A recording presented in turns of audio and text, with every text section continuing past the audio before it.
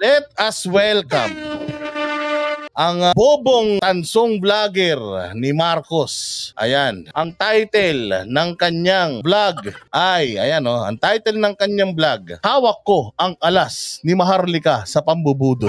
Anak ng putya, dati mga betlog at burat lang ang hinahawakan mo ah. Ngayon pati alas ni Maharlika, anong alas yan? Hawak daw niya ang alas ni Maharlika. Putya, si Maharlika na naman.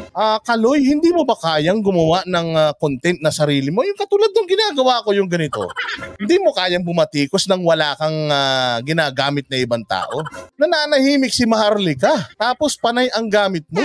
Tapos tingnan mo kung ano nakalagay. Ayan. Kaya alam ni Mrs. President kung sino ang pwedeng operan. Dahil daw si Cayetano, yun yung thumbnail niya eh. Si Cayetano, 10K, naging moka, tapos boom, tirador ng mga Pilipinos abroad. Ha? Papa, akala ko ba bayaran si Banat Bay? Bakit ang content mo, tirador si Banat Bay ng mga Pilipinos abroad? Ba't lumalayo ka na doon sa katarantaduhan mong fake news na bayaran si Banat Bay? Stick ka lang doon.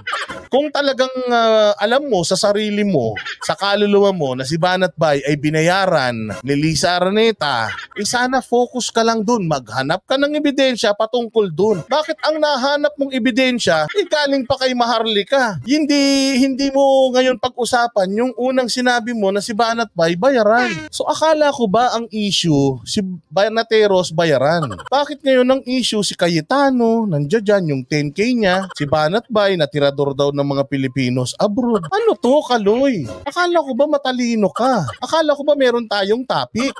Bakit iniiba mo yung topic? So ano to ngayon? Dahil hindi mo mapatunayan na bayaran ng Banateros, gagawa ka ng istorya para sirain mo si Mocha at saka si Banat Bay. Para ano? Para sabihin na hindi mabait na tao si Banat Bay. Ganun, ikaw mabait? Ganun ba yun? Ayan yung kanya oh. Hawak ko ang alas ni Maharlika. Puta, si Maharlika naman pala. Di sana siya na lang ang pagkontentin mo. Si Maharlika na lang ang pabanatin mo sa Banateros. Bakit ikaw wala ka na masustansya?